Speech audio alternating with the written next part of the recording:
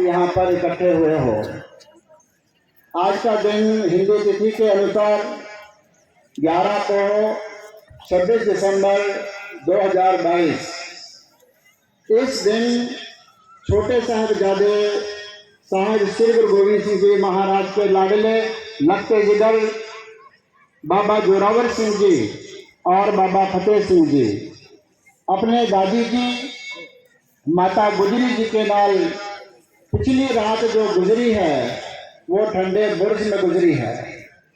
कोतवाली से उन्हें फतेहगढ़ साहब का जो सरहंद का वजीर था, वजीर खान जो नवाब था, इसके पास ले जाया गया। उसने आज्ञा दी कि इनको तीनों को भूखे और प्यासे ठंडे बुर्ज में रख दिया जाए, कल इनका फैसला होगा। वह आज वाला दिन था जो 11 पोह वाला दिन था, ईस्वी सन 1704 वाला दिन था, जब छोटे साहिबजादों को, जबकि बड़े साहिबजादे पहले ही चमकौर साहिब के युद्ध में अपने शस्त्रों के जौहर दिखाते हुए, अपने वीरता का प्रदर्शन करते हुए एक एक साहिबजादे ने हजारों दुश्मनों को मौत के घाट उतार करके आप शहीदी का जाम किया। आप शहीद हो गए हैं।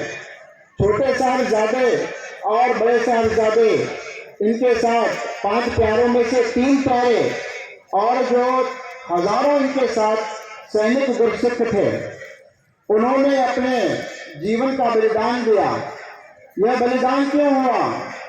क्योंकि उस समय तत्कालीन जो बादशाह था, मुगल बादशाह औरंगजेब, वो धर्मांध हो चुका था और जबरन लोगों के ऊपर अत्याचार और जुल्म कर रहा था।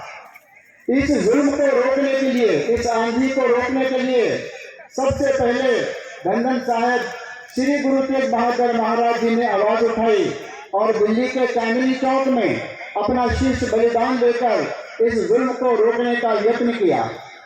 उसके बावजूद ये जब यत्न, क्योंकि वह जो बलिदान था वह शांतिपूर्ण बलिदान था।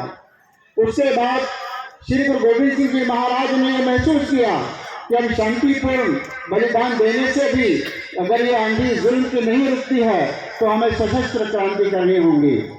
इस प्रकार से सबसे पहले गुरु गोविंद सिंह जी महाराज ने जुल्म के खिलाफ अपनी तलवार उठाई और यही जज्बा अपने गुरसिखों में और साहिबजादों में भरा कि हमें जुल्म का प्रतिकार करना है। बच्चों, आप यहाँ पर बैठे हो, आप लोगों में हिंदू भी है, मुसलमान भी है, सिख भी है और ईसाई भी है। अगर वास्तव में देखा जाए तो ये हमारा सच्चा भारत है। आपके दर्शन ही भारत के दर्शन हैं।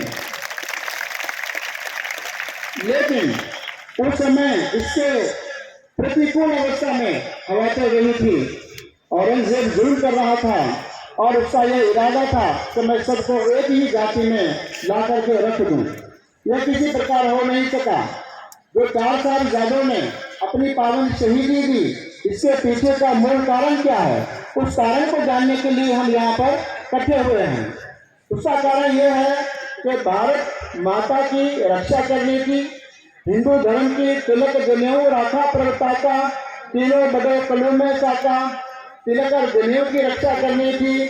और एक अमेरिकन इतिहासकार ने लिखा है कि धन साहिब श्री गुरु तेग बहादुर जी का जो बलिदान है, उसने पूरे सिख हिस्ट्री की स्टडी की है, अध्ययन किया है। और ये सबसे पहले कहा, मानव अधिकारों के, मानव मूल्यों के रक्षा के लिए जो संसार में पहला बलिदान हुआ वो धन साहिब श्री गुरु तेग बहादुर जी महाराज का हुआ।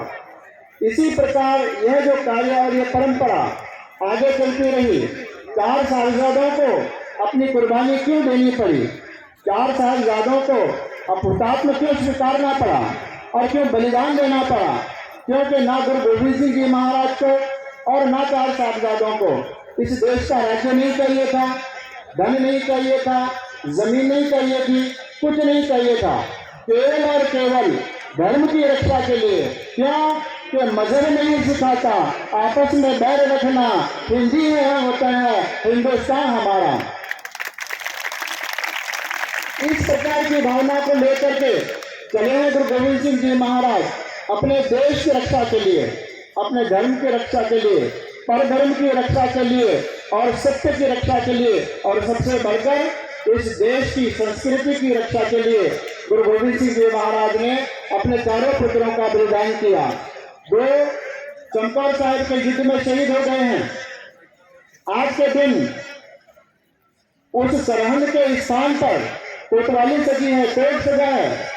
उस कोर्ट के अंदर वजीर खान फैसला लेने वाला है और वहां पर जो छोटे साहिबजादों का और वजीर खान का जो वार्तालाप चलता है, जिन लोगों ने चार साहिबजादे जो फिल्म देखी है उन्हें अच्छी तरीके से पता है कि किस प्रकार 7 साल का एक बालक और 9 वर्ष का एक बालक बड़ी निर्भीकता से अपने प्राणों की परवाह न करते हुए उस वजीर खान पापी जुल्मी को उत्तर देते हैं, जवाब देते हैं। सबसे पहले कहा वजीर